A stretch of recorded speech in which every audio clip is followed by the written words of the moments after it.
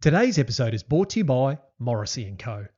Morrissey & Co has been trusted by Australian cattle producers for livestock handling solutions since 1910. For generations, the family-owned business has stood for craftsmanship, quality and reliability because life on the land demands the tools that endure. Every piece of equipment is built tough, designed to make your work safer and more efficient. Crafted for today, enduring for tomorrow. Want to know more? Head on over to www.morrisseyco.com.au or call 07 4668 5317. Now, let's get back to the episode.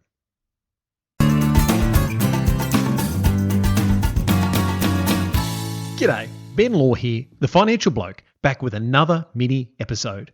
These short ones are designed to give you something sharp to chew on while you're shifting cattle, fixing a trough, or maybe even just rolling into town for parts. No fluff, no guess, just one idea that might change how you show up for your family and your future. And today we're talking about rejecting the complainers. A long time ago, I remember I knew this super successful business owner. He was calm under pressure. He was sharp. He was consistent. The sort of bloke you'd want on your team. And I asked him, how do you stay so focused and successful, especially when things get chaotic and tough? And as a young bloke myself, just making my way in the world, I expected something really complicated or fancy. Maybe it was a mindset framework or some sort of clever philosophy. And to be blunt, he just said, Ben, I just reject the complainers. Now, to be frank, at the time, I didn't fully get it because at that stage in my career, I was still surrounded by people who worked really hard, but they all complained.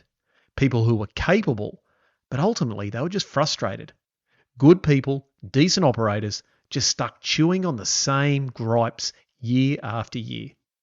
Now, if you wind the clock forward 20 years, the families I get to work with today, the really successful ones, they do it tough too.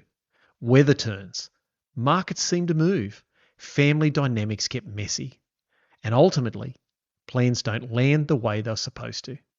But here's the thing, they rarely complain. And that's not because life is easier for them. It's because they understand something most people don't. Complaining feels like a release, but it actually quietly trains you to see yourself as powerless. It sounds like honesty, but it lowers the standard of thinking in your head and in the room.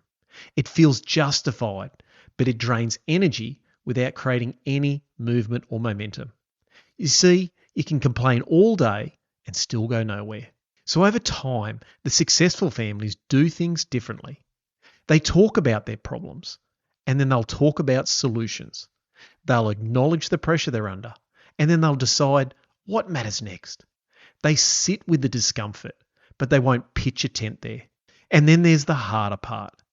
Because rejecting the complainers on the outside, your family, friends and employees, is really easy compared to rejecting the one on the inside, in your head.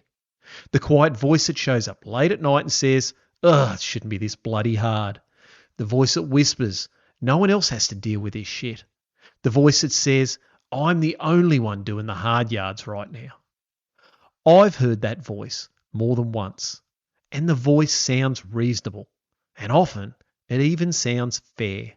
But if you let it run the show, it slowly reshapes how you think and how you lead. You start reacting instead of responding. You start tolerating instead of directing. You start carrying resentment instead of responsibility. And that's a dangerous place for anyone who's meant to be leading or setting the tone for a family business. And that's where the good families quietly lose momentum. Not because the business or family challenges get worse, but because the complaining becomes normal. So the families that last, the ones who sustain success across the generations, they make a different choice. You see, they don't deny reality, but they don't argue with it either. They don't sugarcoat the pressure they're under, but they don't dramatize it. And they accept the cost of the life they choose, and therefore they focus on what's needed next. But ultimately, they ask better questions. They ask, what's within my control? What's my next best move? Who do I need to become if I've got to get through this stage as well? So when I think back to that line, Ben, I just reject the complainers, I don't hear it as a kind of judgment anymore. I hear it as raising the standards. A standard about who gets your airtime. A standard about what kind of energy you allow in the room. And most importantly, the standard about what voice you choose to listen to when things get tough. So here's the real challenge for you. I want you to pay attention this week. Notice who you're surrounding yourself with. But above all, notice the conversation you're rehearsing in your own head. Because the truth is, complainers never win. So if you know someone who need to hear this episode, make sure you share it with your family and friends. And if you want to know more about AgriCoach, duck on over to agricoach.com.au. So until next time, I'm Ben Law, I'm the financial bloke, and remember, it's more important who you are than what you've got.